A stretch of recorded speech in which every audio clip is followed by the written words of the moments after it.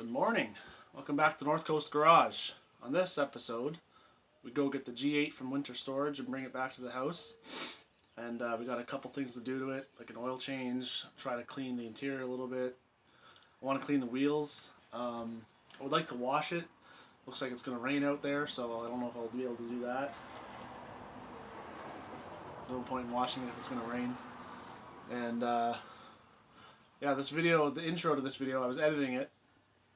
Realized I never made a little intro to it, and I recorded this like 2 weeks ago, but the exhaust fell off the Buick on the way to get the G8, and I had to do an emergency repair video on the exhaust, which was the last video I posted, and yeah, so that had to come first, so I needed that to drive to work every day.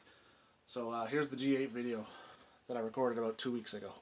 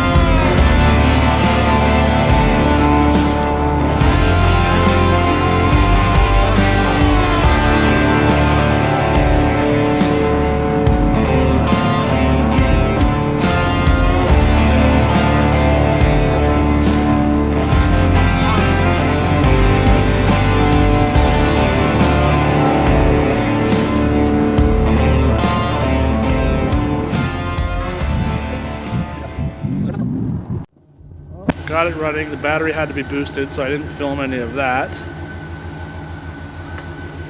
But yeah, it's been sitting down here since November.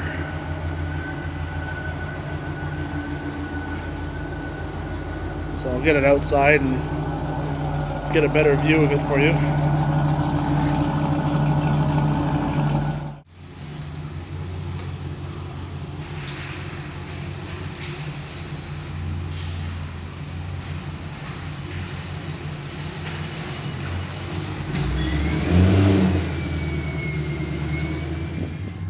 Alright, so here it is back at the house. It still looks somewhat clean. I had a quick wash on it before I put it away for the winter. So my son put all those stickers on the window.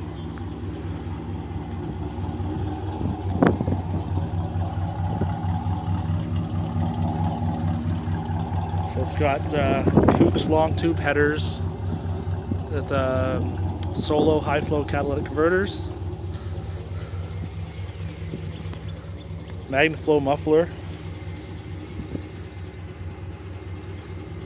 6-liter V8 L76,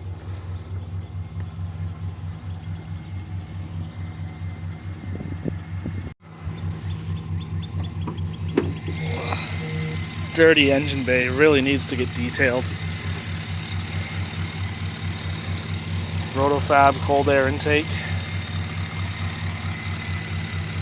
So if you don't know, the L76 is basically an LS2, but it's got LS3 heads and intake, but it's got the 4-cylinder deactivation, so when it's just cruising on the highway it'll run on 4 cylinders.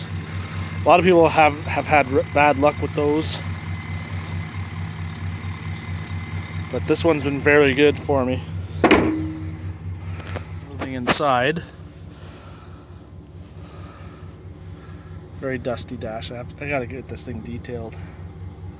If we go through the menu, it's got course, the tire fault light, because I'm not replacing that. 166,000 kilometers on it. So I don't know if you want to do the math, figure out that in miles. But that's not too bad. It's a little dirty.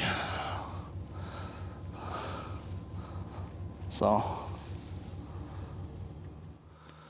the battery's been charging now for a while. We're gonna see if it'll start. I think it will.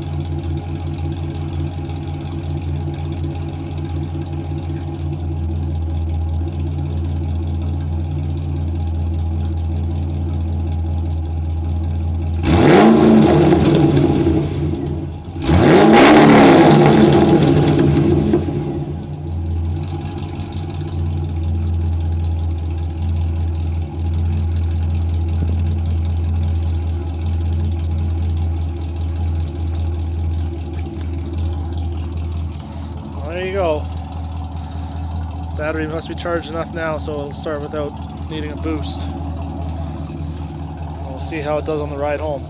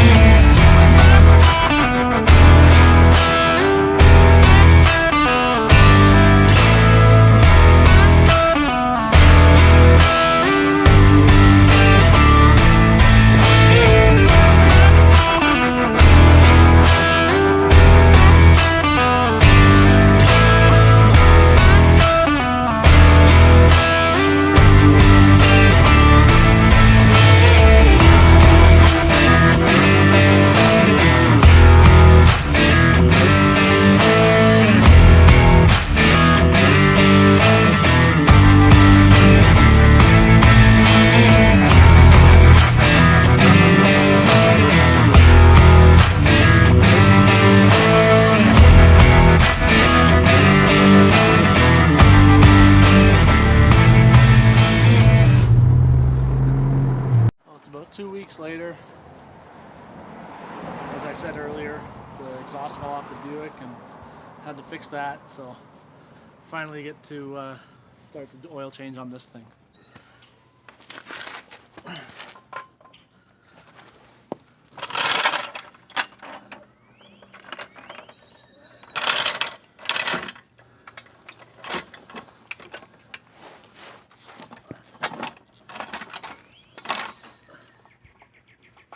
Car's so low.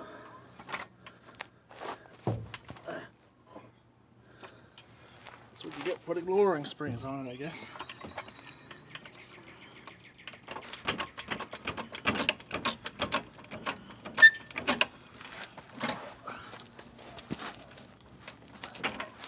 Right on the oil pan, perfect.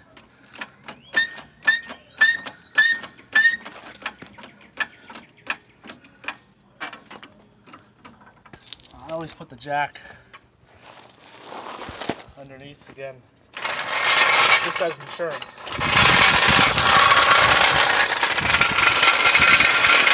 For how many years of doing oil change, you'd think I'd memorize the correct size. Did I put this on? Yes, I did.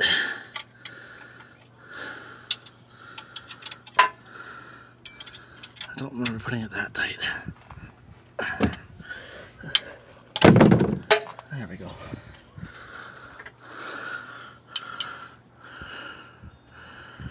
Of course, I forgot to bring a rag with me.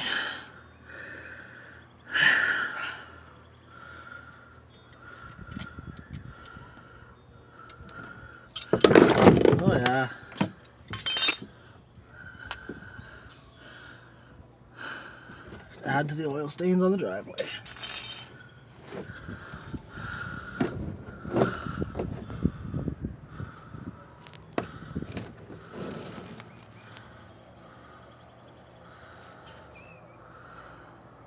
I got cat litter, don't worry.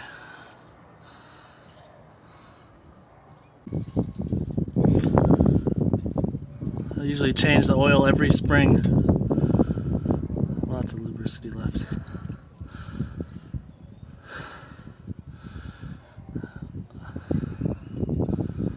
That's how little we drive this car.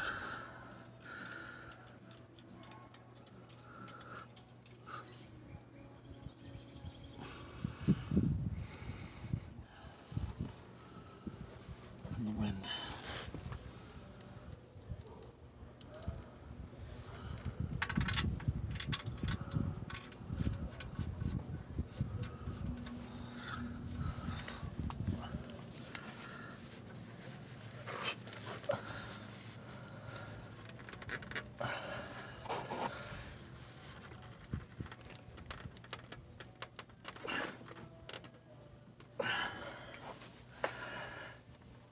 Oh.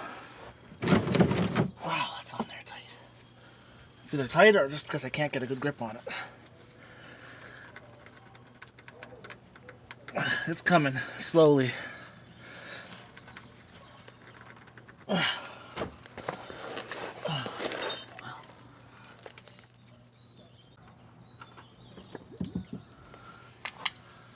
This car takes a lot of oil. I think it's like 8 quarts or 9 quarts.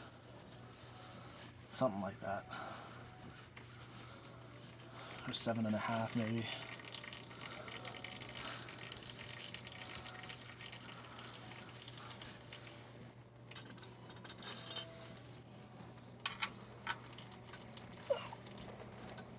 Tighten that. Torque to spec, I should say.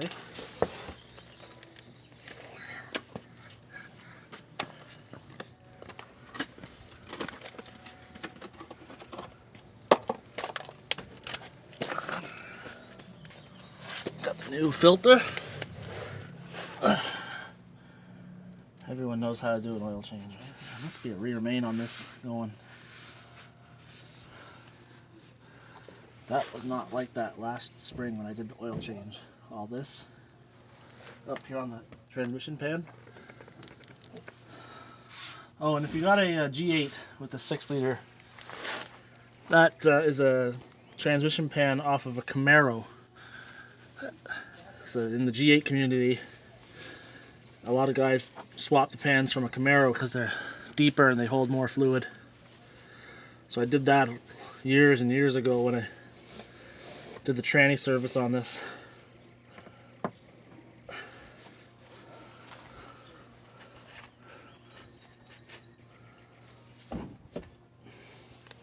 Oh, you know what? This is a YouTube video. Hold on, I'll be right back. Gotta make sure, because it's a YouTube video, we gotta do what all the YouTubers do and put a Wix on this. There we go. Perfect. See? It is now a Wix filter.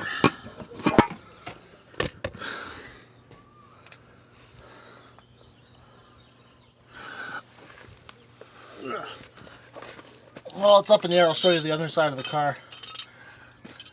Just so you can see the difference between that Buick and this thing. I've never driven the G8 in the winter. So it is really nice underneath still.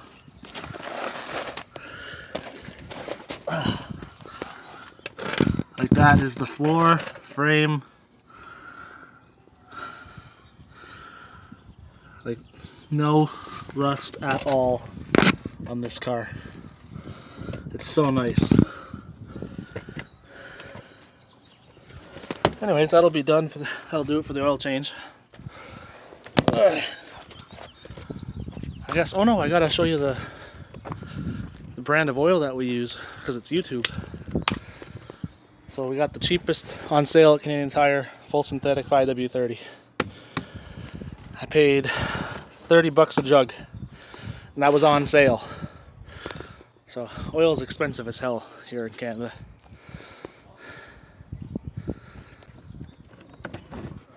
The YouTube shot for the oil going in. See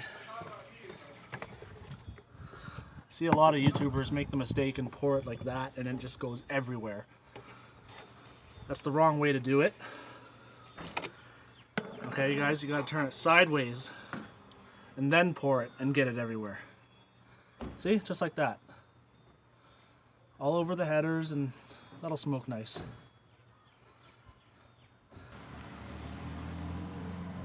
It usually takes about 7.5, 8.5 liters, somewhere in there. So I'll put in 5 liters there, and I'll put in half a jug here, and then I'll get it on level, get it off the jack stands, and check it afterwards. Well, that should be enough to start it.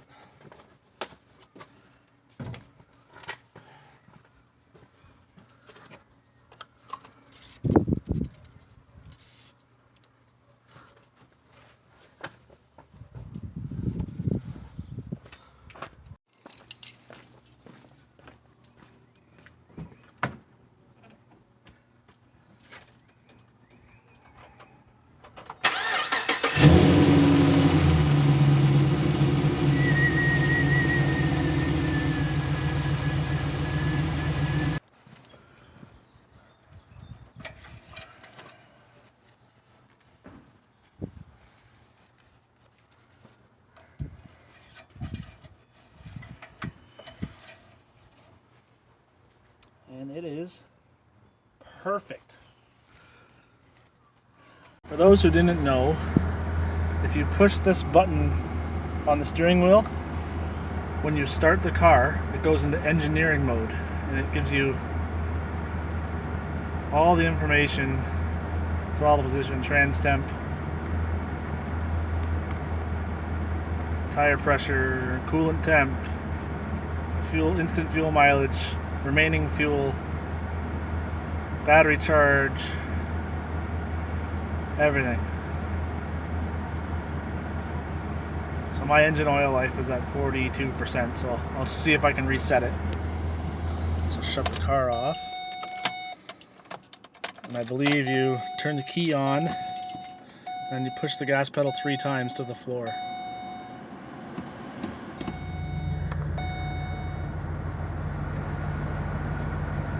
Should have reset it.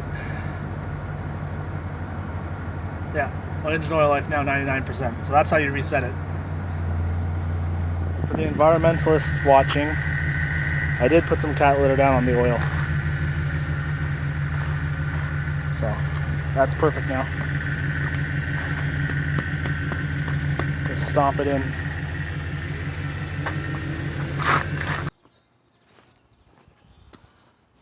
Alright, well, that'll be it for this episode. Guess we'll see you again next time. I don't know what I'll be doing, but maybe we'll be detailing the car or something like that.